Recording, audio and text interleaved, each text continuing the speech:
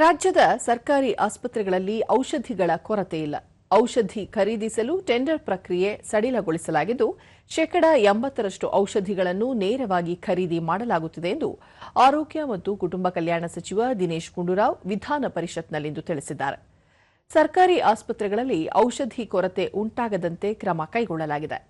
80% ಔಷಧಿಗಳನ್ನು ಟೆಂಡರ್ ಮೂಲಕ ಹಾಗೂ 20% ಔಷಧಿಗಳನ್ನು ಸ್ಥಳೀಯ ಆಸ್ಪತ್ರೆಗಳೇ ಔಷಧಿಗಳನ್ನು ಖರೀದಿ ಮಾಡಲು ಅವಕಾಶ ಮಾಡಿಕೊಡಲಾಗಿದೆ.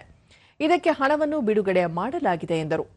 534 ಔಷಧಿ ಖರೀದಿಗೆ ಟೆಂಡರ್ ಕರೆಯಲಾಗಿದೆ. ಈ ಸಂಬಂಧ 232 ಔಷಧಿಗಳನ್ನು ಖರೀದಿಸಲು ಕಾರ್ಯಾದೇಶ ನೀಡಲಾಗಿದೆ. ಇನ್ನುಳಿದ ಔಷಧಿಗಳನ್ನು ಸ್ಥಳೀಯವಾಗಿ ಖರೀದಿಸಲು ಅವಕಾಶ ಮಾಡಿಕೊಡಲಾಗುವುದು. ವಾರ್ಷಿಕ ಖರೀದಿ ಬದಲು 2-3 ತಿಂಗಳಿಗೊಮ್ಮೆ ಖರೀದಿ ಮಾಡಲಾಗುವುದು ಎಂದು ತಿಳಿಸಿದರು. ಅದು ಬಳಕೆ ಆಗ್ತಾ ಆಗ್ತಾ ಎಕ್ಸ್ಪೈರಿ ಡೇಟ್ ಹತ್ರ ಬರ್ತಾ ಇರ್ತೀವಿ. ಈಗ ನಾವೇನು ಮಾಡಿದ್ದೀವಿ, ಅದು 25% ನೀವು ಸಪ್ಲೈ ಮಾಡಿ ಥ್ರೂ ದಿ ಇಯರ್ ಸಪ್ಲೈ ಮಾಡಿ ಅಂತ ಮಾಡಿದ್ದೀವಿ.